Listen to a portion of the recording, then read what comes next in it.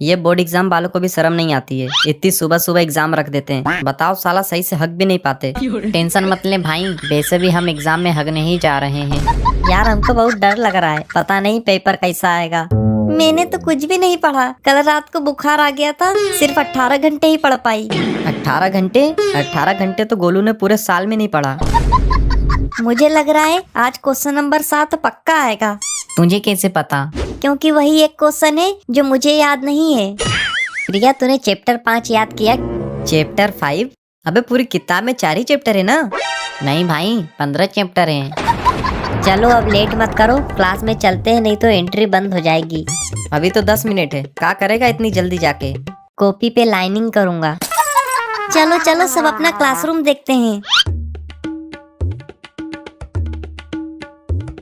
इसका इधर है, मेरा किधर है? सबका रोल नंबर एक ही क्लास में है, रूम नंबर 7। ये जूते बाहर निकाल कर अंदर आना।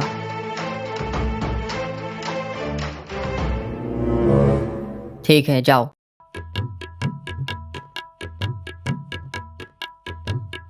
जाओ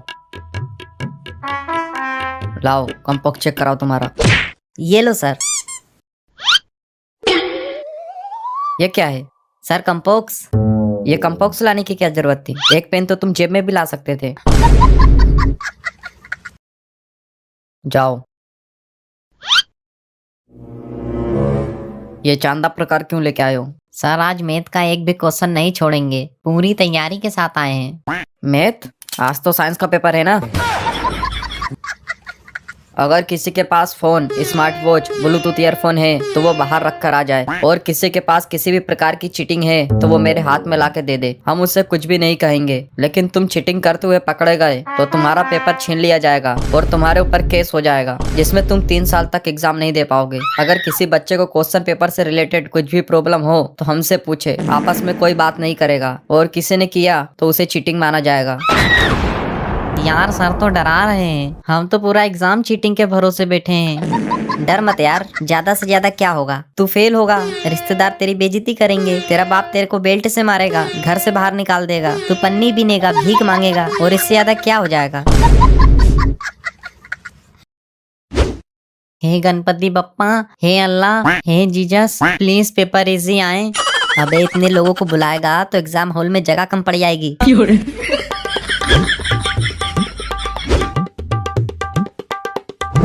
मेरे को क्वेश्चन 1 आ रहा है, 2 भी आ रहा है, 3 भी आ रहा है, 4, 5, 6, 7, 8, 9, 10। हमको तो सभी क्वेश्चन आ रहा है। वाह यार क्या बात है, मुझे तो एक भी क्वेश्चन नहीं आ रहा। किसी को भी क्वेश्चन पेपर से रिलेटेड कोई प्रॉब्लम या कंफ्यूजन हो तो हमसे पूछे, कोई भी आपस में बात नहीं करेगा। सर एक प्रॉब्लम है। क्या है? सर ये क्वेश्चन नंबर 5 गलत है, साइंस के पेपर में रिश्तेदारों के बारे में पूछ रहा है। 1 मिनट मुझे देखने दो।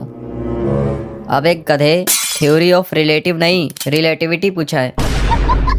Explain the Newton second law. अरे यार हमको तो कुछ भी नहीं आ रहा है, अब क्या करें?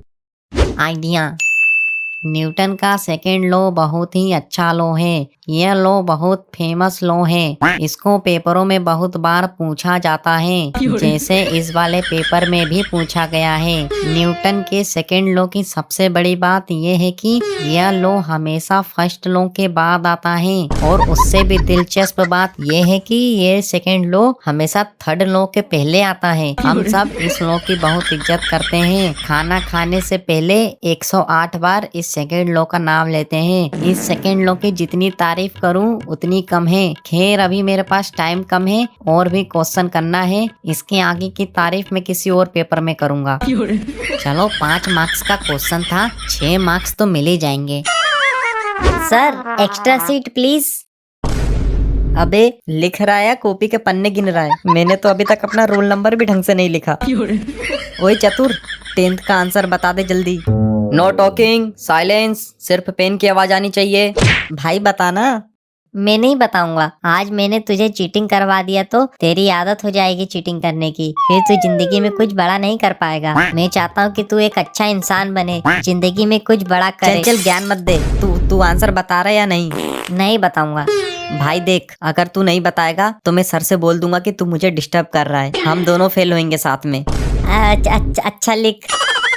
THE CHEMICAL chemical REACTION reaction is EXOTHERMIC exothermic comma. भाई कोमा की स्पेलिंग तो बता। रहने दे भाई, छोड़, क्या करेगा पास होके। ओए लंडू सुनना भाई, 7th का आंसर बता दे। भाई कोमा की स्पेलिंग तो बता। अरे भाई, importance of oxygen.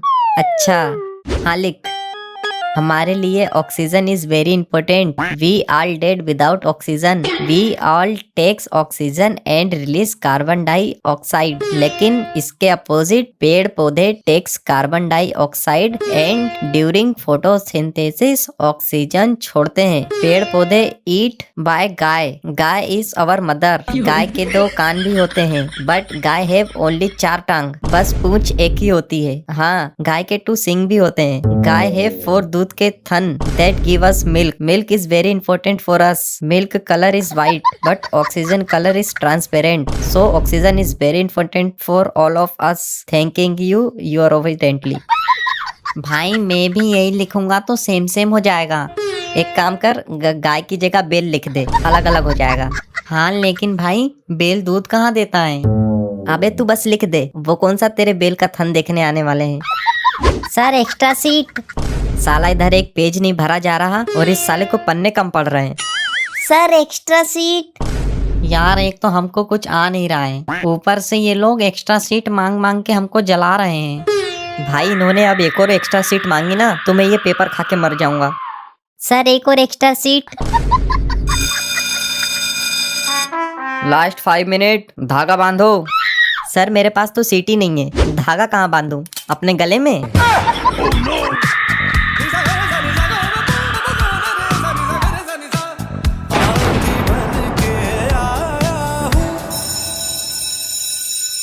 Time up, छोड़ो पेन, अब कोई नहीं लिखेगा।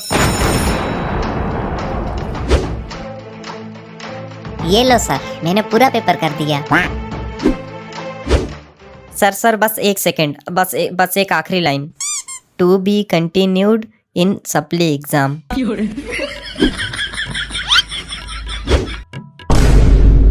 इसमें तो सिर्फ जय माता दी लिखा है।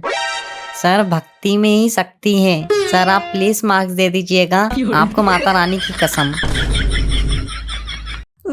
यार मैंने तो बस 98 मार्क्स का करके आई हूँ।